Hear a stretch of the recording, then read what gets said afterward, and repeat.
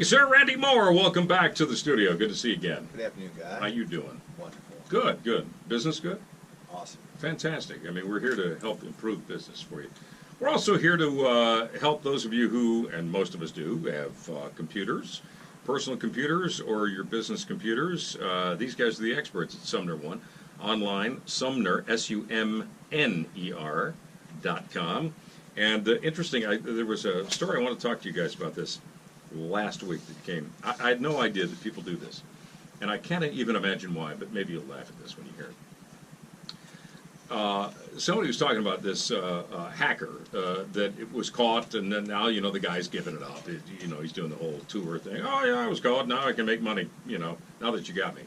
One of the things that he said, other than, the requisite change your password regularly, don't take a photo of your house key. Oh, yeah? And post that online. Because people apparently, to celebrate buying a new place, will take a photo of a house key and they'll throw it up online. Now, is that about the dumbest thing you've ever heard? One of the dumbest. Yes. Yeah. I mean, think about that, I mean, how difficult could it be to replicate that key? It's the same way with tickets to a Cardinals game, for example. I've heard of that before. People get to the game and then suddenly their ticket doesn't work, and they say, "Oh, you've already been scanned in." What do you mean? I just arrived. People found it online. Absolutely. Teenagers posting photos of their new driver's license. That happens.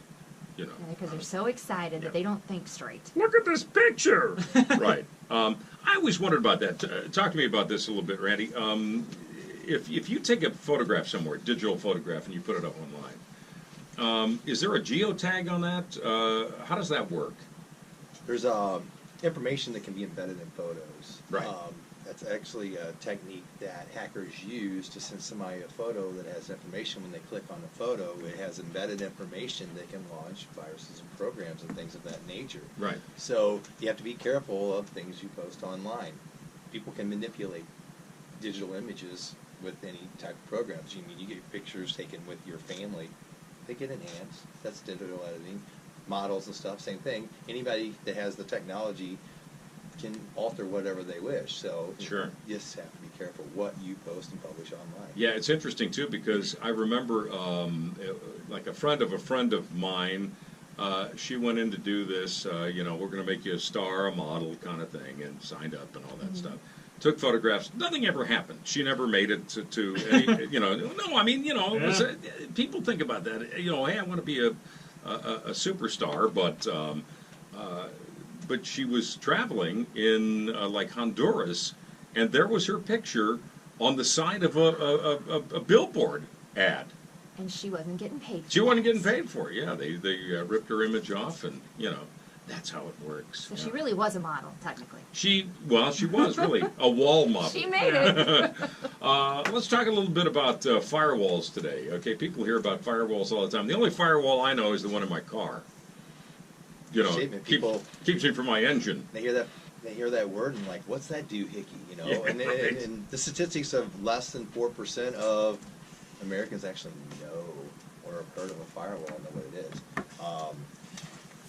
Most people don't know what it does and what its effectiveness is. And basically, it's an electronic appliance that's used in the computer networking field that is basically a barrier from the internet and your work network or your home network. Okay. So what's the importance of why to have that? Basically, it's been stated that a computer, once it's plugged into the internet and it doesn't have a firewall in front of it, can be hacked in less than 20 minutes because the computer does not have the time to go out to the internet and get all the patches and updates since the operating system was released before a hacker can actually get in and start hacking the device. So what can prevent that? A device such as a firewall. All right, so are those external or are they internal? How does it work? There actually are two different types of firewalls. There's a physical hardware appliance that would be an external device, and there's also firewalls. A lot of people have heard of Windows firewalls that have Windows operating systems. That's a built-in application that serves the same purpose. All right, so I want to look for a firewall, something to protect me. I'm just a consumer, just me. Not a business. What's my method? What do I do? You can find consumer class firewalls, local retail stores. I want the suggest- professional one. I know you said consumer class. I don't. I feel like I'm above that. And if You want military grade. Yeah, I do. There's the options. Educate yourself. You can do Sure. some internet research and stuff. Find out what's the best within your affordable price range Sure. that you can get. And there's local computer stores that you can seek out. Sure. Micro Center is a local store. Right. There's other small computer shops and stuff. They sell that type of equipment, and they're more than willing to explain, hey, this is what I want. This is what you need. So Okay. that's your first start. But Okay. educate yourself as a consumer. Hey, give us a call, and we'll tell you, what. Nice. what can work What's out. your number, by the way? We can be reached at 314-633-8000. 633-8000. That's SumnerOne. And Barbara has a question. She's from Brentwood, and she was wondering about, she had heard about fingerprinting, and if you put a picture up with the peace sign. Why don't you let Barbara ask? Okay. I mean, that's why she's holding on, is she right? there? Am I right? Yeah, I hope so. Barbara, you still there? Okay. Hi, Barbara. Go ahead. And they're going to post a picture online that you should do it with the fingernail side out so that they can't get your fingerprint. That's a very interesting topic. I per se have never heard of someone doing that, but anything's possible, right? Anything's within the realm of possibility. I suppose it's like, Nixon, you'd have had all the 16 minutes of missing tape had he taken a picture of him with his fingernails this way. That's weird. I never thought about that. No, I didn't either, but I don't think you can. You're going to have a really Nah. sophisticated piece of equipment to get an image that's going to capture your true fingerprint. There's somebody out there who can do it. Yeah. And take advantage of it. All right, so what are the latest scams? Anything that we got to be aware of?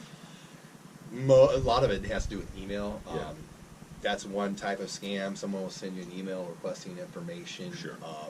And lo and behold, the end user, that's what they're targeting. Somebody that just isn't up to date and thinks it's from somebody. Oh, here's my username. Here's my password. Phone calls. You can be scanned through phone call. Somebody can call you asking, requesting for information. It's called social engineering. Things of that nature. That's heavy. Placing phone calls. A lot of people try to get a hold of corporate ownership. People in higher levels because you're going to get more access, more financial revenue Sure. from somebody if you call an owner of a company.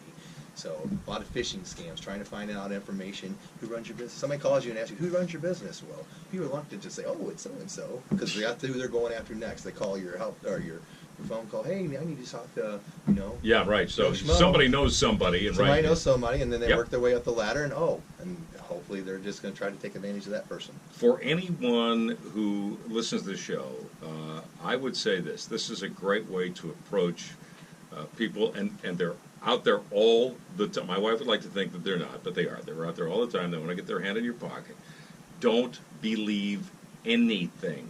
If you get something that asks you for information, first of all, never send money ever until a service has been provided to you.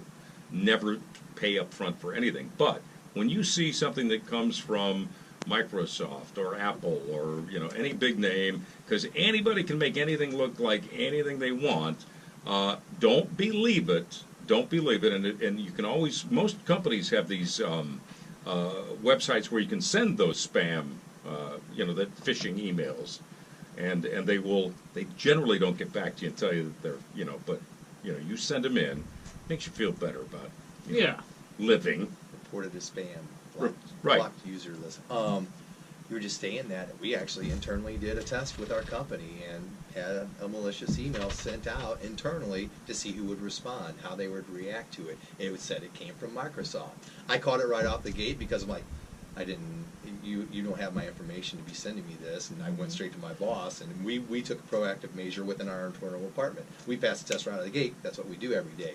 But it was interesting to see who actually took advantage, and it was basically click and save this link and go to this training site and provide your information. So Did Man, anyone lose their tell you- job? Yeah, I was going to say, I'd hate to work there because it'd be like, all right, we're sending this out. We think Phil is going to, he's an idiot, so he'll never catch this one. Watch what happens to Phil. and that's a tool that we're going to use with some of our clients. Sure. We want to educate our clients, the end users. Hey, be on the lookout for this information. Be informed. So we wanted to test it internally, see how it goes. Now we're going to apply it to our clients to let us know. and maybe provide training and say, this is the proper way to handle Sure. this. Randy, thanks for being in today. Greatly appreciated. SumnerOne Tech Talk here. Firewalls, look into them. You can probably use a consumer one. I'm going with the high grade, but you do what you want to do. Guy's getting ready for North Korea, okay? Kim Jong-un is not getting in his computer. All right, and always be careful when you're using your computer. Don't give away your passwords. Don't give away your social. Don't give away anything. Just everything's fake, as far as I'm concerned. Nothing in this world is for free. That's right. There you go. Thanks, Randy, for being on the show. Appreciate Thank it. All right, 4:33. Let's go to that Golden Oak Lending Traffic Center on a hot St. Louis Friday the 13th. Oh, I thought we'd get lucky, but apparently triskaidekaphobia has taken over the traffic center.